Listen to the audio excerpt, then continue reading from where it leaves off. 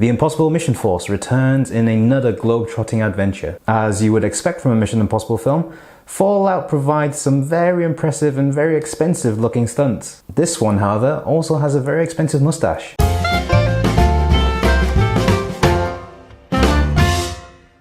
The one thing that the Mission Impossible series seems to be able to nail better than most is the ability to travel across the world seamlessly, set piece to set piece. It's almost as if the director's thought process was to think up 4 or 5 exotic or touristy locations around the world and then think of one big excuse to somehow string them all together. Luckily, the excuse in this case is relatively well thought out. A shadowy terrorist organization plots nuclear devastation, and Tom Cruise is tasked with bringing it to an end, all whilst having to deal with the usual distractions such as bullets, tall buildings, lightning storms, helicopters.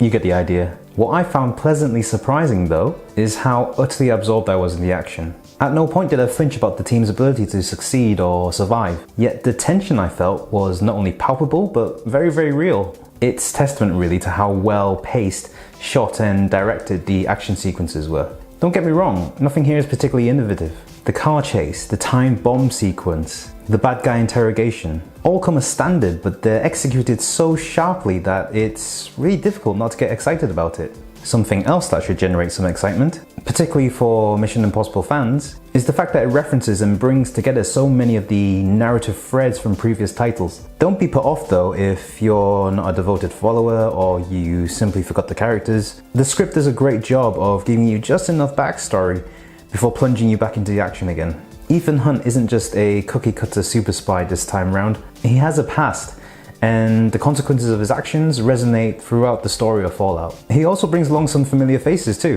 Ving Rhames, Alec Baldwin, Rebecca Ferguson, Michelle Monaghan, and fan favourite Simon Pegg all return to reprise their roles. Henry Cavill gets added to the mix this time, playing Ethan Hunt's immaculately groomed surveillance, tasked with the job of keeping the Impossible Mission Force in check. Not only did he have the impossible mission of keeping Ethan and co out of trouble, but he also had the impossible real-life mission of playing Superman in the Justice League with a rather thick and luscious mustache, a situation that apparently led studios to spend big on digitally removing said mustache from Superman's face. Facial hair aside, Henry Cavill does a really great job of playing the antithesis to Ethan Hunt's precision approach by choosing instead to be a wrecking ball at every opportunity. I went to see this on an IMAX screen, but I can't imagine this being any less epic on a standard cinema screen. One thing I do want to mention, however, is that I came out of the screening absolutely exhausted because of the 2.5-hour runtime and the absolutely unrelenting intensity. I hate myself for saying this because I genuinely loved every set piece, but I question whether it might have been better off just taking 1 or 2 of them out, just to maintain momentum a bit more effectively. Take what you will from that, because some people will be perfectly happy with its length,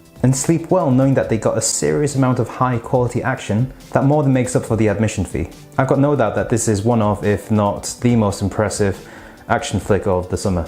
Go see it for the amazing stunts. Stay for Superman's Tom Selleck impression, and leave completely drained but ultimately very, very satisfied.